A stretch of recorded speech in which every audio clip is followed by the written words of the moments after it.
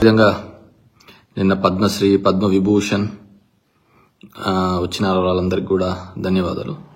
దీంట్లో నాకు అన్నిటికంటే ఏంటంటే మందకృష్ణ మాదిగకు వచ్చిందానికి బికాజ్ ఆ అసమానతలు ఉన్న రోజులలో ఆ విధంగా ఉన్న కాలంలో కూడా ఏ రోజైతే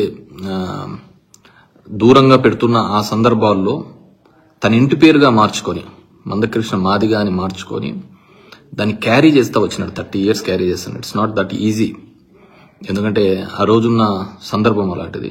ఐ రియల్లీ అప్రిషియేట్. నాకు పెద్దగా పరిచయం లేకపోయినప్పటికీ కూడా నేను అనుకునేవాడిని. సో హీ క్యారీడ్, ఆ విధంగా క్యారీ చేసుకుని వచ్చినాడు. ఇప్పుడు సరే సుప్రీంకోర్టు డెసిషన్ అది పొలిటికల్ గా ఏ విధంగా ఉంది ఏంది అనేది తర్వాత విషయం, కానీ స్టిల్ ఐ బిలీవ్ దట్ అనమాట. అండ్ రెండోది ఎలక్ట్రోల్స్ గురించి చెప్పాను. రిగ్గింగ్ ఆ రోజు పేపర్ బ్యాలెట్ల మీద జరుగుతుంటే ఇప్పుడు ఇవి. సో నేనేం జరగలేదని కదా, నేను కూడా ఎప్పుడు చెప్పేవాడిని. మా నాన్న వాళ్ళు కూడా 94లో రిగ్గింగ్ చేసినారు, అప్పుడు ఓడిపోయినారు. తర్వాత 99లో కూడా చేశారు, గెలిచారని కూడా నేను చెప్పిన సందర్భాలు ఉన్నాయి. సో దాంట్లో మనం దాచిపెట్టుకునేది ఏంది లేదు.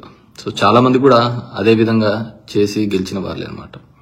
అదేవిధంగా ఇంతకుముందు కూడా చెప్తుంటే దేశంలో జీఎస్టీ రూపంలో వసూలు అవుతున్న డబ్బులలో చాలా మటుకు కూడా ఏదో ఒక 100 కంపెనీలకు డబ్బులన్నీ పోతున్న సందర్భమే చూసామే తప్ప ఎక్కడే గాని ఇది చేసిన సందర్భం చూడలేదు. పేదవాళ్లకు కానీ రైతులకు కానీ మంచి జరుగుతున్న సందర్భం కానీ చూడలేదు. Please subscribe .news